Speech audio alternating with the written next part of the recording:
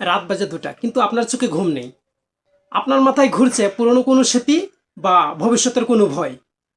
যদি এরকমটা আপনার সাথে হয়, তাহলে মনে করুন আপনি একা নন, আমি আছি আপনার সাথে।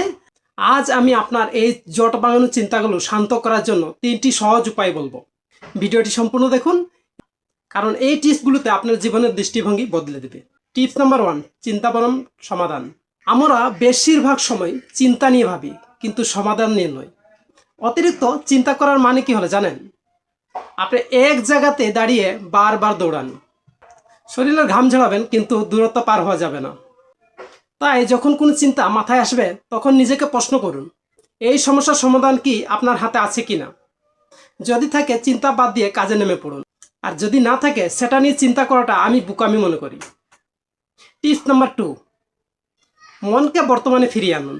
আমাদের মন হয়তো অতীতে ডুবে থাকে, নতুবা ভবিষ্যতে, কিন্তু আমাদের জীবনটা তো কাটাছে বর্তমানের সাথে। যখনই খুব বেশি চিন্তা হবে, তখন গভীর শ্বাস নিন এবং আপনার চারপাশে যে জিনিসগুলো আছে সেদিকে তাকান। কাল কি হবে সেটা আপনার হাতে নেই, কিন্তু আপনি কি করছেন না করছেন সেটা আপনার নিয়ন্ত্রণে আছে। তাই বর্তমানকে উপভোগ করতে শিখুন। টিপস নাম্বার 3, মনের কথা লিখে ফেলুন।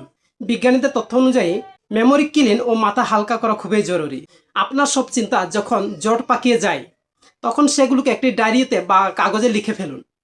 লিখে ফেললে আমাদের ব্রেন মনে করে তথ্যগুলো নিরাপদ এবং বারবার মনে করা বন্ধ করে দিয়ে তখন ব্রেন হালকা হয়। আপনিও আপনার ভয়গুলো যখন কাগজে লিখে ফেলবেন, তখন দেখবেন আপনার মন অনেকটা হালকা হয়ে যাবে। আমরা কেন বেশি ভাবি?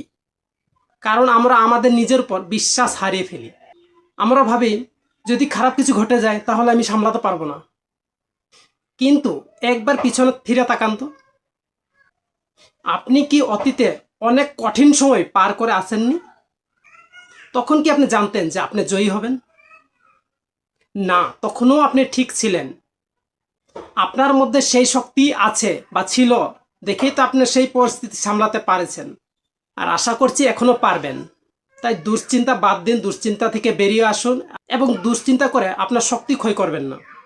তাই আমি বলবো, জীবনটা নিখুঁত হওয়ার জন্য নয়, জীবনটা উপভোগ করার জন্য।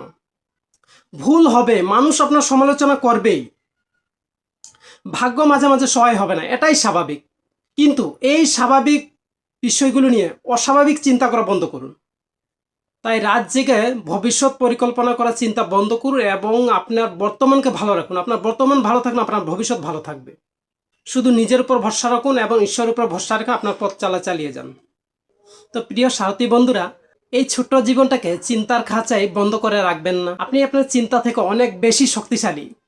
আজ থেকে প্রতিজ্ঞা করুন, আপনি চিন্তার দাসে পরিণত হবেন না, আপনি চিন্তাকে আপনার নিয়ন্ত্রণে রাখবেন।